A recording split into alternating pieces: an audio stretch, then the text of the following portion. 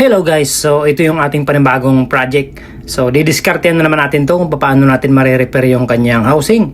Tapos yung shop ay wala na talaga, kinain na ng anay. Pansin nyo, ay malalim na masyado yung kanyang pwestuhan ng bearing.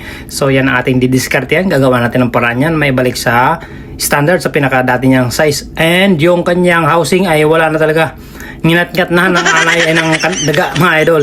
So tayong bahala, akong bahala mag-discarte dyan. Discarte yan lang ng mais-mais yan, dali yan guys. So yan yung kanyang bearing. So ang pwesto niyan ay yung rubber na yan, dyan yan sa loob ng housing nakapwesto. So ganyan yan siya guys. And yung bearing ay dyan yan sa tapat niyan. So akong bahala dyan, didiskartehan natin yan, malupit yan. Ibabalik natin sa standard, sa original niya na pwesto. So samahan nyo ko guys kung paano natin gagawin yan. Let's go! Yan guys, binalot na natin tong part na to para hindi na matamaan o matalsikan ng mga flux.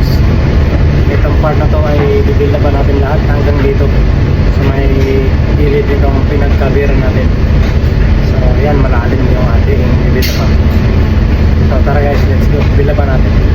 Shoutout nga pala kay Idol Rex Italia, shoutout sa iyo Idol, and shoutout kay RC Durendes, shoutout sa iyo Idol, and shoutout kay Gilbert Pamanano, shoutout sa iyo Idol, and also shoutout kay Henry Baoy, shoutout sa iyo Idol, and kay Eugene Briquillo, shoutout sa inyo mga idol. Keep safe always dyan.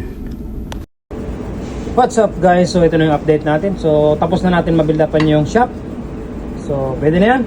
At least ay natakpan na natin yung kanal. And isasalang na natin to sa lathe machine guys. Yan. Yan, pwede na. So tara guys, let's go! Tips ko nga pala sa mga gusto mag-painter dyan sa barko. Kailangan nyo nga pala itong pag-aralan yung ating lathe machine. So at least kahit mga basic lang ay alamin nyo guys para hindi kayo mahirapan pagdating sa barko. Kasi minsan may time na talagang kailangan natin gumamit ng lathe machine. Kaya napaka-importante talaga yan guys na may at least may basic kayong knowledge sa ating lathe machine. So yun lang guys yung mga tips natin dyan. Shoutout nga pala kay Idol Silver Julius ay Naga, shoutout sa iyo Idol. So yan guys, tapos na natin ma-replace yung ating shop. So goods na yan, tatanggalin na natin yan.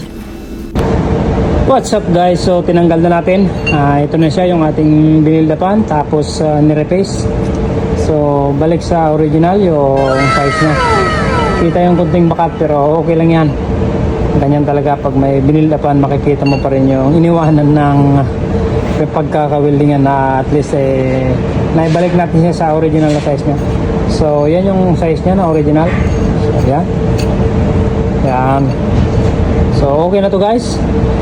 At least nakasave na naman yung ating kumpanya ng konting bagay. So ito yung mga simpleng diskarte lang na mahalaga sa barko. Kailangan may skilled kayo, kung konting skilled o kaya konting knowledge sa paggamit ng lathe machine guys.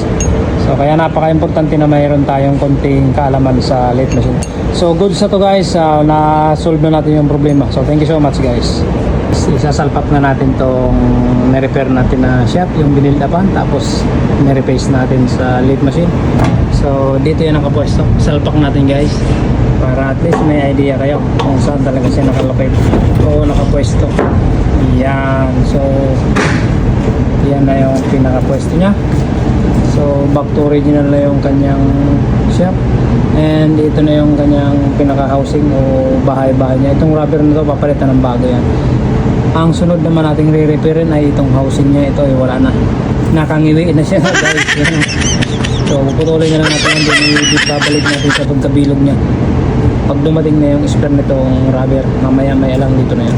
So yan yung ating next na gagawin guys. Tara, let's go, abangan nyo yan, let's go. What's up guys, so ito na yung update natin. Yan, nakapag-fabricate tayo ng kamukha niya lang na dali natin sa mais-mais na diskarte. Sana all. So kakatingin na natin yung bungi na yan. And ipapalit natin to. Yan, yan na yan siya. So importante meron ganito. Yan, yung original ay may tenga rin. So yan o. And then nakasukat na yan dyan, and ipipress na lang natin konti, din i-align, tapos i-welding na natin yan dyan guys. So, yan lang. Tara, let's go! What's up guys? So yan, naka-plaster na yung ating ginawang mais-mais lang. Yes! So goods na yan, i-welding ko na lang yan. So parang original yan mga idol. Sana all. So goods na yan, i-welding na natin. Tara, let's go! Oh, lipit! So yung mga ganitong trabaho guys ay kailangan natin ng mga simpleng diskarte lang para maibalik natin siya sa original o kahit na hindi naman original, basta at least ma-repair natin siya ng maayos at gumana siya. Ganun lang guys yung diskarte. So yun na guys yung ating ginawang shop na replace and then binildapan, tapos binalik dyan, and ito yung ating ginawang housing. Pinalitan natin yung nakangiwi na. So goods na yan guys. Yan. So thank you so much. Kung may napulot kayong idea dito, pakishare naman mga idol para mas lalo pang kumalat at mapanood din ng mga baguhan. Baka sakaling madampot din nila yung ating mga discarding DIY o mga mais-mais. So thank you so much guys. God bless all. Thank you sa suporta. So hanggang dito na lang muna. Abang-abang na lang ulit sa mga susunod pa nating video guys. Thank you so much. God bless all.